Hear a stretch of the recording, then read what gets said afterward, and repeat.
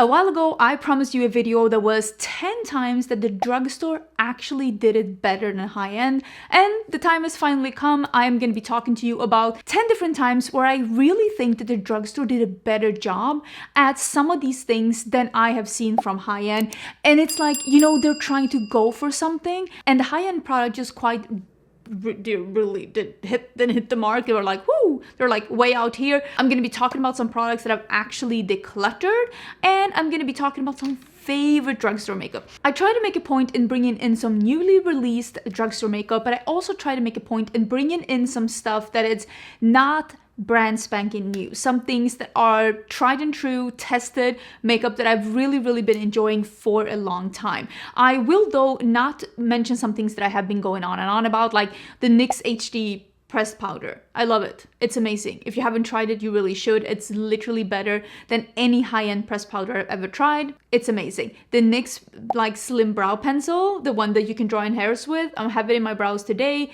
I usually do my brows with 3 different products. It's amazing. Again, you should really try it out.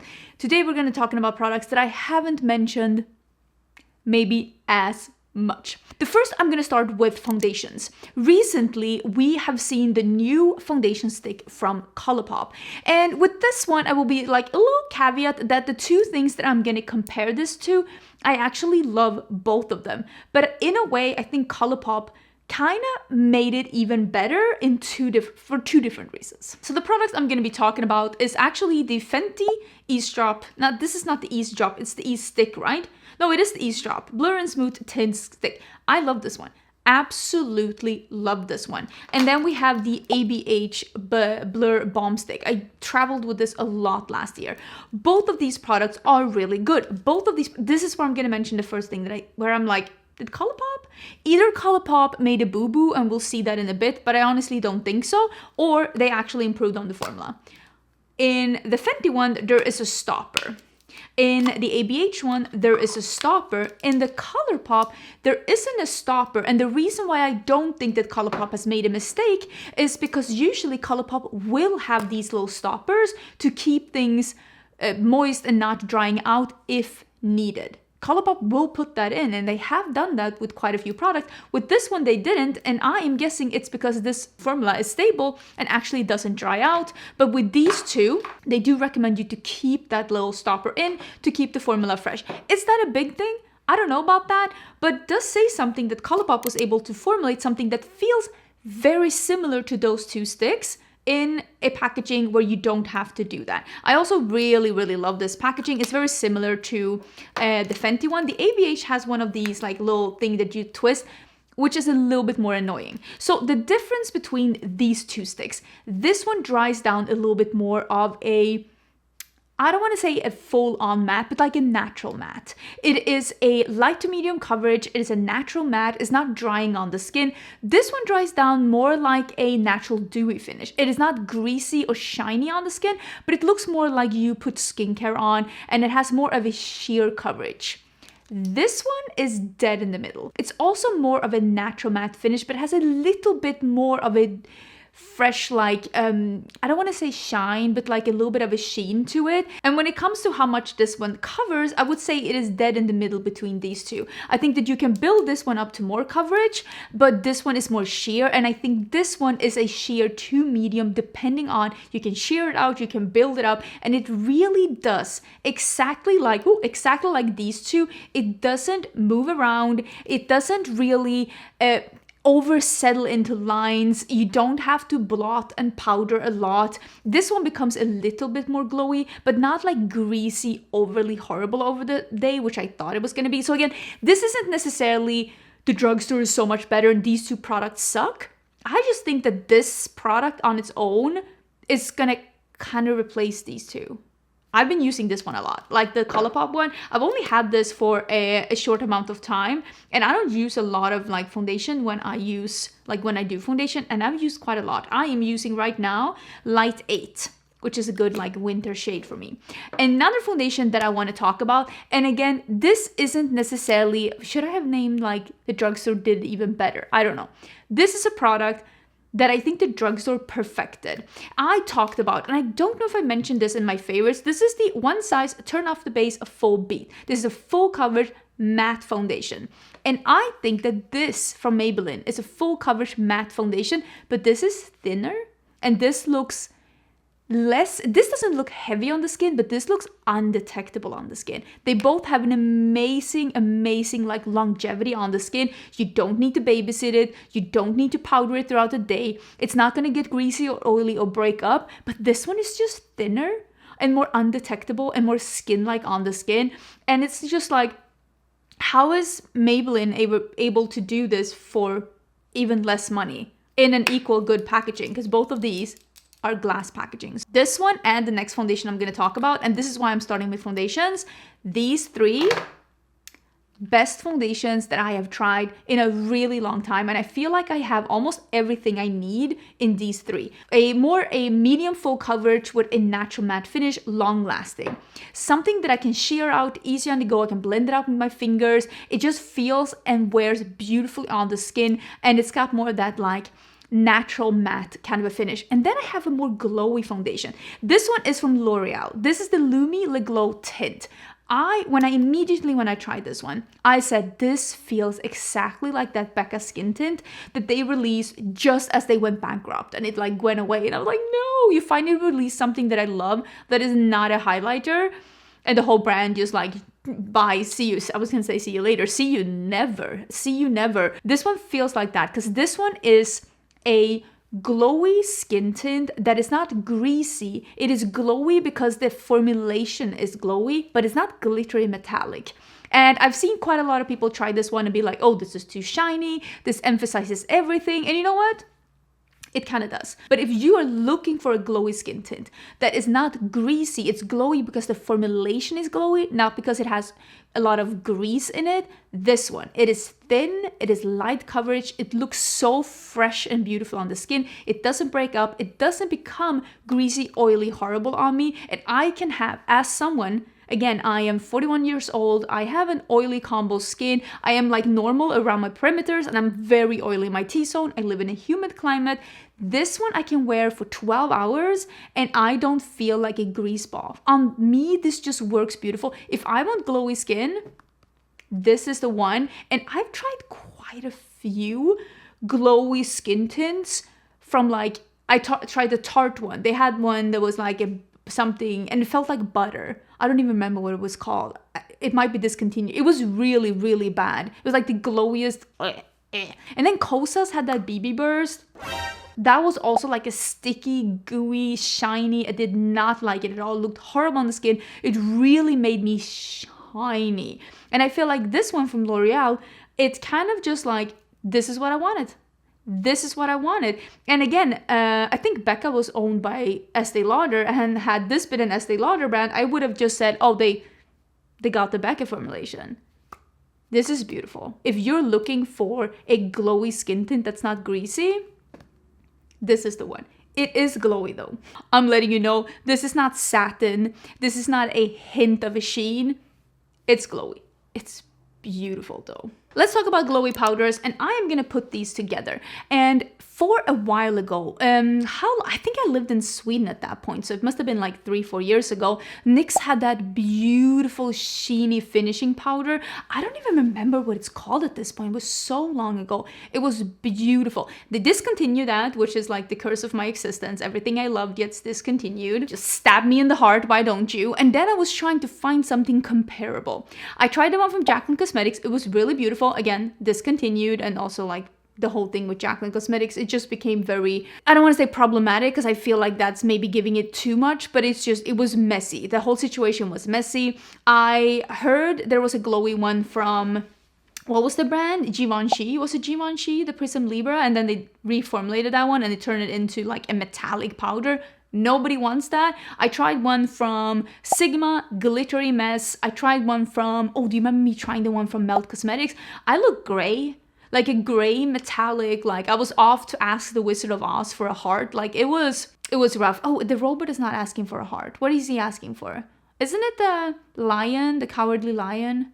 Am I getting my Wizard of Oz mixed up? I need my friend Lisa. She knows all of this like this kind of a lure, but that was just, it was not it. I've been going through quite a few trying to find something that I enjoy as much as that NYX one. And here in a matter of just a couple of months, we have 2 from the drugstore that are equally beautiful but fill 2 different slots. This is from Morphe. This is the Cloud Light Soft Glow Veil, blah, blah, blah, blah, blah. This is a finishing powder, and this is in Sunrise. This is a sheer finishing powder. It's what I have on my skin today to give it that little, like, extra glow. This is sheer. This does not have any coverage. It has a sheer, like, just finishing color, and it just gives a sheen to the skin. Then we have the one from e.l.f., and this is called the Halo Glow Powder Filter. This has more coverage. This one you can use as a light coverage powder foundation on its own. It is more glow and more coverage, but both of them not metallic, not that weird gray cast. You don't feel like a robot. They're just very sophisticated and affordable. How come they figured it out and then Melt is over here releasing stuff for $40 that makes me look casket ready? There are a million different good blushes and highlighters from the drugstore, quite honestly. So I want to talk about 2 somewhat new formulas that I think are just absolutely incredible in a way that I don't always see high-end manage to get it this good. The first one I want to mention is the Lumi Liquid Blush from L'Oreal. I have one color here. I've swatched the other in store. There are 3 without shimmer, and then there are 3 with shimmer. I have one with shimmer, and it is called Glowy Gold Pink. Absolutely stunning formula. With that being said, I think that there are high-end formulas that are incredible too, but there are also high-end formulas that aren't incredible. And if you were wanting to have that, because I will be honest, I am a firm believer that the Charlotte Tilbury, the glowy, the wands, the metallic ones, not the matte ones. The matte ones are okay, but they're not worth the money. Get something from the drugstore. But the metallic ones, I think they're beautiful. This is as beautiful. And I really hope to see more of this liquidy formula from L'Oreal because they nailed it. It is beautiful. It has the right amount of sheen. It has the right amount of coverage. It is not too liquidy. It's not too dry. It is beautiful to work with in a way that, quite honestly, not all expensive brands get to do a product that is this good, and this is at your drugstore. I've seen this at my local Target, so I know now that it is available in store. I'm pretty sure it's available in store at Ulta's as well. And again, L'Oreal is a French brand, so I'm sure this is available in the European market as well. But this is beautiful, and if you're looking for a glowy, like metallic formula, especially the metallic ones, absolutely stunning. Then I want to talk about a new formula, and these are the new cream blushes by Juvia's Place. This comes in the same kind of packaging as their cream bronzers did, and you know that I really enjoyed the cream bronzers when I started to use them, but they had a little bit of glitter in them, which the more you use them, the more you realize I do look like I've been making out with a Christmas bauble when I'm wearing these. So I actually stopped using mine. So I have Wild Rose, which is more of a like a corally one. I actually have all of them, but I gave some of them away because I didn't need to have that many. And then we have Pink Passion, which is like a warm pink. This is so beautiful. I cannot wait to wear that when I have a little bit more of a tan. And then I have Charming Coral, which is the one I've been using the most now that I don't have a tan. And I actually did a sponsorship with Juvia's Place on these blushes on Instagram, but this segment is not sponsored. And the reason why I'm mentioning them here is the reason why I took the sponsorship. These are great. These are a thin, pigmented, buildable, blendable, does not lift your foundation, kind of a cream formula that I can even, if I go in like a little bit more carefully, not like super like blend like a crazy person, but if I dab it on, I can even dab it on top of powder, and it is beautiful. It goes on very thinly. It looks dewy on the skin. I love that I'm pointing on my skin like I'm wearing this today. I'm not. I'm sorry, I did film this look though. It's already live on my channel. If I remember, I will leave it down below. I will link all these products down below. But it looks very dewy and healthy on the skin, but it's not sticky. It is touch proof. You can touch your skin and your hair won't stick to it. And it's just a beautiful formula. It looks dewy and fresh. And they were able to do something that, quite honestly, not all high-end brands do. Something that looks dewy, that's not sticky, that doesn't lift your makeup, and that doesn't have your hair stick into it, and that doesn't just dissolve your makeup over time. This is a beautiful formula. This one does not have any glitter in it as well. I just know what I want to see, and I honestly really hope we get to see it. This in a shimmery formula. And now, Juvia's Place, I want to see more colors. I want to see new colors, because they've been doing the same colors now in the liquid one, in the powder one, in the liquid with shimmer, in the cream one. I'm like, can we now get like a new range of colors for a cream with shimmer? Like a highlight blush hybrid, because I think that they would kill that. This formula is great. And also I'm happy to see Juvia's Place being back, because I haven't really seen a smash hit from them in a bit, and I'm excited. Juvia's Place is one of the first indie brands. They're one of the first 5 indie brands I ever tried on my channel before they were in Ulta, before people even knew about Juvia's Place. I don't want to be like, oh, I was there first, but listen, I kind of was there first. I tried Juvia's Place when they had a pre-order for the Masquerade palette. I think that was 9 years ago. I'm just saying. Let me talk about 2 lip products. I've tried quite a few satin lipsticks from Sephora, and it's not that they've been bad. They've been okay. I like the one from Lawless. I think they make beautiful colors. I like the one from Makeup by Mario. It's a decent formula, but quite honestly, the one from Makeup Revolution is better. And you know why this is better? It is thinner. It is more comfortable, effortless, and just weightless on the lips. This one is called, what is this one called? I think it's called like Satin Allure or something, but again, I will link it down below. This is Divine Brown, which is my most used color from the brand. I did get all of these sent to me as PR, but since then, they have come out with even more colors. I think they just recently came out with 6 new shades in this formula that are all pinky nude. So if you're into that, they have 6 new pinky nudes in this formula. Definitely say you should check that out. Love this formula. Love this formula. It is a satin, opaque, lightweight, thin formula that feels wonderful. Doesn't have a weird, doesn't really smell like anything, doesn't taste like anything. The packaging is really nice and it's affordable. And I think that this is a better satin formula that quite a few that I've tried from Sephora. And I just like, how come they can do it at this price tag? This is great. Another lip product that I think is really good, and the train with lip oils have been going strong. It's been lip oil after lip oil after lip oil after lip oil. It's just choo-choo. The train is just chugging on. I've gone off. Like the last station, I went off. I can no longer try all the lip oils that are coming out, because quite honestly, I feel at this point I've found my favorites. There are quite a few brands that does the kind of like formula that I like. The Unearthly has a similar formula to the one that I'm going to talk about now, but this is specifically a drugstore formula. And I like something that is almost a lip gloss lip oil hybrid. It nourishes like a lip oil, but it looks like a gloss on the lips. It's a little bit more cushiony, a little thicker, so it's laying on like a pillow on your lips without being too sticky. And I also don't like shimmer. This formula does come in a shimmer, but I prefer without shimmer. And I really love that e.l.f. came out with non-shimmery ones, but now they have shimmery ones too. This formula is great. This formula is better than a lot of like more expensive ones that I tried. I also feel like it's comparable to some expensive ones that I tried, and I wouldn't mind getting even more colors in this formula. It smells minty.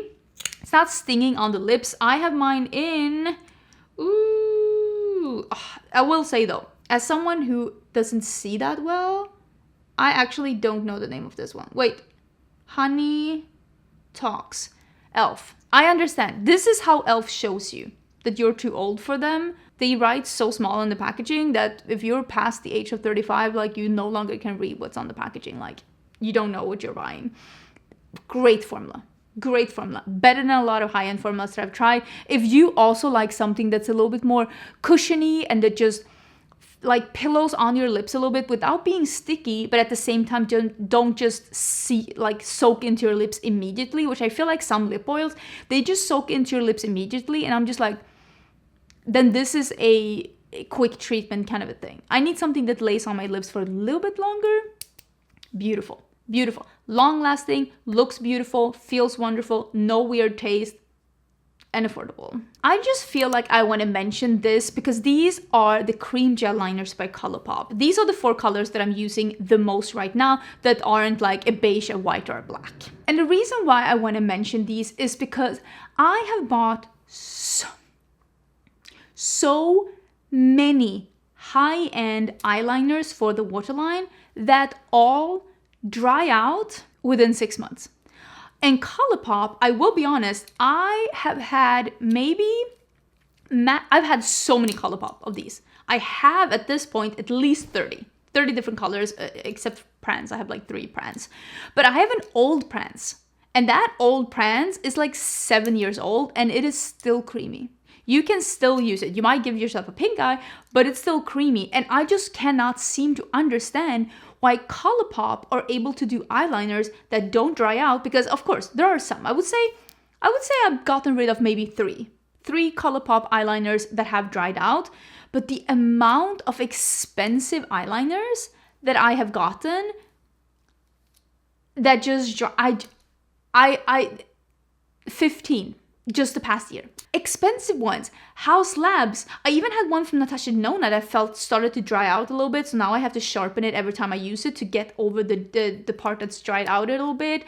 I also had one from About Face that dried out. Oh, the Sephora in-house brand as well. I got rid of a couple of those. I feel like I had another where I was also like, wait, what happened here? And it's just like, how come these affordable ones are lasting so much longer than the expensive ones that I am buying from Sephora? Like, make it make sense. I don't understand. These are great.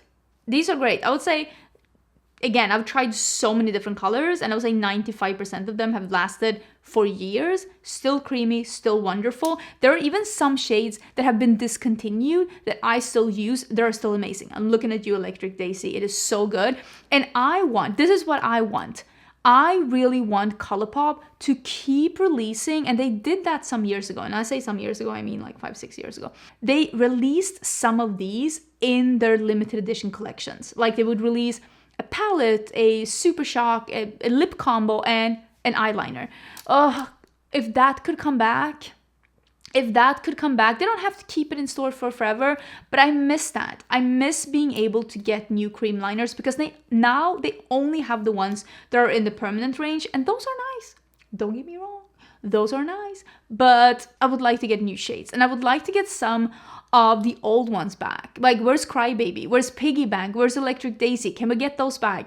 Should I be worried that I know this many names just on the top of my head? Like, is that worrisome? I want to end with talking about 2 palettes that I recently have mentioned on my channel, but these are not new palettes. And I want to mention them because if you are looking for this kind of color family, quite honestly, you could just go to ColourPop. Because if you are looking for a blue monochromatic palette, and I mentioned this when I was talking about the new Charlotte Tilbury palette, which is a nice palette, but this is as nice. This is the Blue Velvet. This is the ColourPop Blue Velvet. You can get it on their website. You can also get it at Target, and that's why this lid is clear, because at Target, they don't have any makeup testers, so the packaging has to be clear, otherwise people don't know what they're buying, because there are no testers at drugstores or at Target in the US, at least most of them, I would say. So that's why the packaging is clear when it goes to Target. This is great quality blue eyeshadows. So are the ones in the Charlotte Tilbury like palette, but on the eyes, they're kind of similar. There also is a muted blue palette if you wanted something that's a little bit more denim blue, like the one, I don't remember what it's like a water marble effect on the front. If you wanted the exact same color story from the one from Charlotte Tilbury, there also is one that's called Blue Moon. That's also a blue palette, just a little bit different. All 3 of those palettes are great blue palettes from ColourPop. If you're looking for a monochromatic blue palette, you do not need to spend $60 Charlotte Tilbury money to get blue eyeshadows that are good. These are great. Honestly, they're great, especially the mattes. They're so nice. So I just wanted to mention that there are a lot of times when brands that are not normally known for making colorful eyeshadows, I'm looking at you, Charlotte Tilbury, I'm looking at you, Tarte, they release something that's colorful, and it's not a bad product, but you can get equally or better for half or maybe even less than half of the money. So I just wanted to say, if you've been looking at that, or if you have been looking at the little mini blue palette from Natasha Denona, that's also a nice palette. Just get this one instead. Just get this one instead. And I'm saying the same when it comes to burgundy eyeshadows. Burgundy has been such an hit color this season when it comes to like fashion, and I think it's going strong into spring and summer as well, because I think a lot of people, me included, love burgundy and you bought some pieces and you want to continue using it, if you want to carry that into makeup as well, this is the wine and only for ColourPop. This also got re-released with the clear packaging when it went to Target. So this is an old one, and I'm kind of thinking I want to get an updated one, because I'll be honest with you, this is as good, if not better, than most burgundy palettes that I have tried. It is amazing quality. If you've been looking at that Groundworks 2 palette from Vanessa Meyrick's, that's amazing, but this is more pigmented for much less money. If you've been looking at the burgundy palette, the one from Natasha Denona, that is great, but you can get similar looks with this one. You might need to bring in something really light though. Because what both of those palettes have that this one does not, if I'm gonna be honest, is a really light shadow. But if you're just looking for dark burgundy shadows, I remember the She's in Parties, the one from Melt. Again, I feel like I'm dogging on Melt a lot, but I also feel, I have talked about that as well. Melt used to be one of my favorite brands, but I feel like they kind of, like they fall behind a bit, and it is what it is. This one is just a really good burgundy. They also had one that was called Or Kid You Not, which was a little bit closer to the She's in Parties, because it had also a little bit closer to the retro one, because it had that like purpley berry tone. This is a little bit more burgundy. If you ever see that one coming back, I never say this, but if you ever see that one coming back and you love those kind of tones, Run Don't Walk, it's one of my favorite palettes from ColourPop.